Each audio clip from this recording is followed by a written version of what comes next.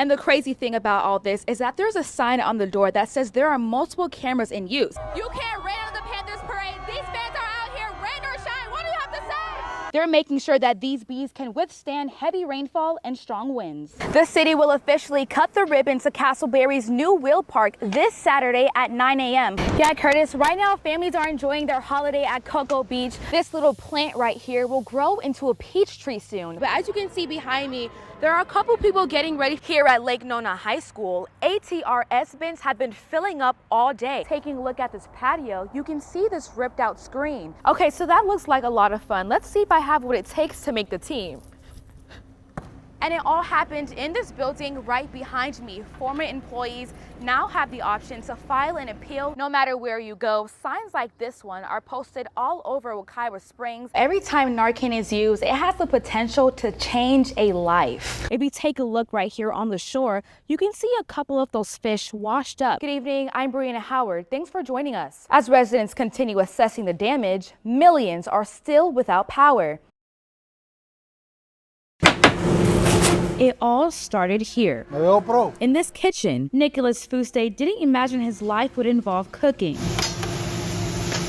He was a UPS worker looking for a new way to provide for his family. I got my back hurts and I got bad disc, so I have to do something different. And my father used to have a background in bakery, so he helped me and we create this. Over time, he turned his father's guidance into a business that connected with Central Florida's growing Puerto Rican community. Kathy, we're ready. He now co-owns this brand with his wife, Lisa Padilla. So all the menu, the cooking style, mostly is everything that the same as you go in a panaderia, it's called panaderia down in Puerto Rico, is what you found here. Basically the same. For customers like Arthur Jamal, it's more than just food. The employees that they hire, they're just very professional, very caring, you know what I mean? They try to move the lines and people going, because there's a lot of people come here, trust me, from early in the morning. From one small shop to 10 locations and almost 100 employees, Nicholas says he's most proud of what this bakery has become. My generation, my son and my daughter, I hope they keep the business and they continue our legacy. So I see that the future will be maybe retire. And for the couple who started with one small bakery 20 years ago, that legacy is already paying off. It's feel good. Yeah, I love it. Accomplished. Yeah. We feel accomplished. The owners say they're proud to have built something that brings people together. And with 4 more locations planned by 2026, they hope to keep that legacy rising for years to come. In the studio, I'm Bryanna Howard, Spectrum News. With more than a dozen features from pump tracks to bowls, this isn't your typical skate park. But for one Longwood bike shop owner, it's more than just about the tricks. It's about what's being done for the community. Hey, how's it going? Welcome to Mr. B's. Inside Mr. B's Bikes and Boards in Longwood, the wheels never stop turning or working, and neither does Chad DeGroot.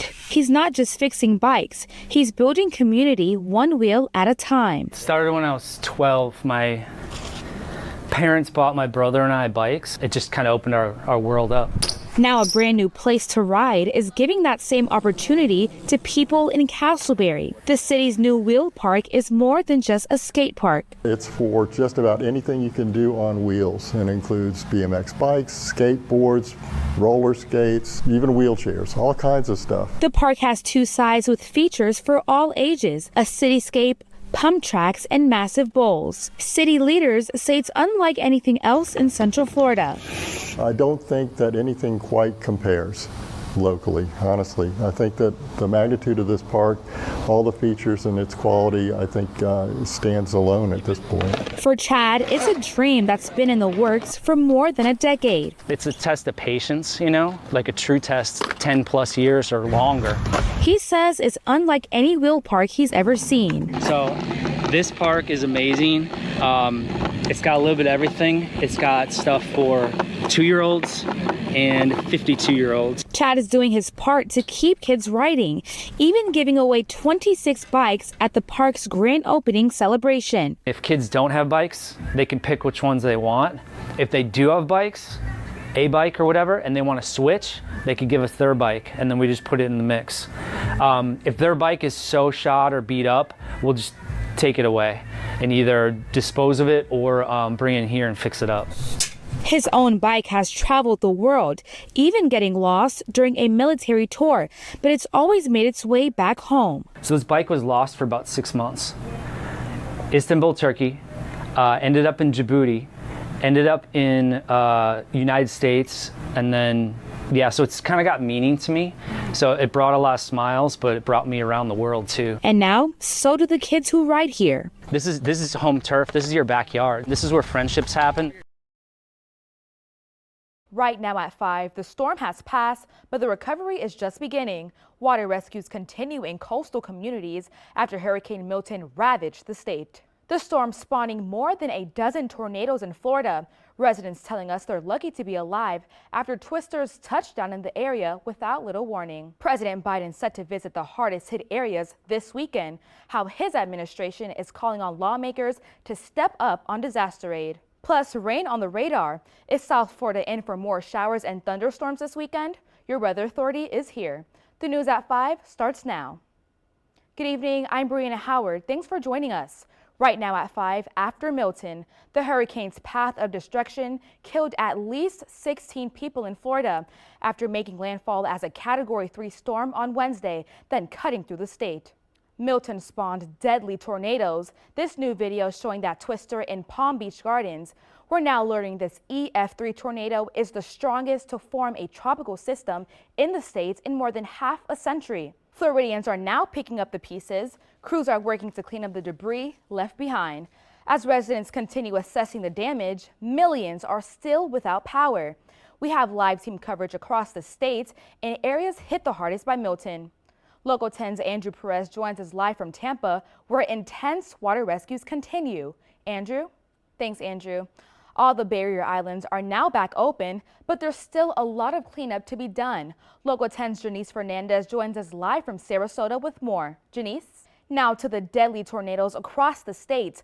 Local 10's Leanne Modajon is live in Vero Beach with what residents are saying about the twister that touched down in their area. Leanne? Thank you, Leanne. Fort Pierce also ravaged by tornadoes. Local 10's Roy Ramos joins us live with a look at the damage in that area. Roy? Quite some destruction there. Will we see more showers this weekend? Meteorologist Peter Sherwood is in today for Betty. President Biden will be coming to Florida this weekend to visit the areas impacted by Hurricane Milton. The president also giving us an update on the federal government's response to the recent catastrophic storms.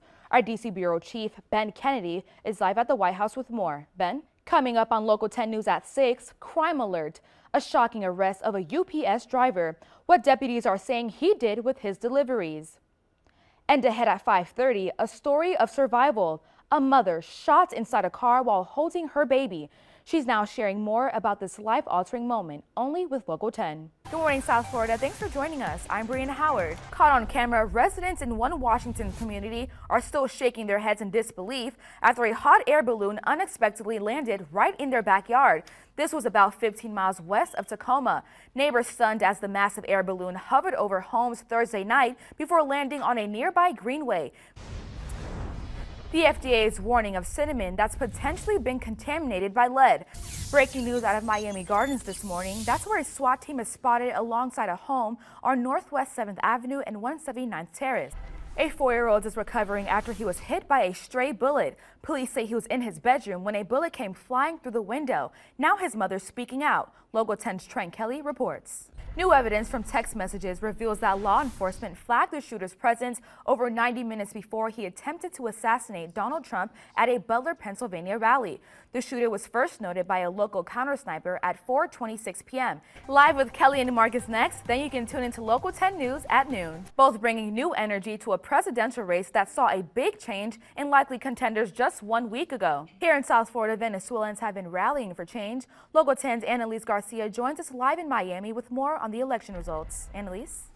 Robert Downey Jr. is making his return to the Marvel Cinematic Universe, but not as Iron Man. He'll be playing Dr. Doom in the next Avengers title, Avengers Doomsday. A very nice moment as the heads of Miami-Dade's two political parties joins us this week in South Florida with Glenna Milberg. State Senator Shervin Jones, Democratic Chair of Miami-Dade, and State Representative Alex Rizzo, Republican Chair of Miami-Dade, together agreeing to disagree on political points of views. A new poll shows a jump in favorability for Vice President Harris, now at 43%, compared to the 35% just 1 week ago. And among independents, Harris at 44%, compared to 28% a week ago.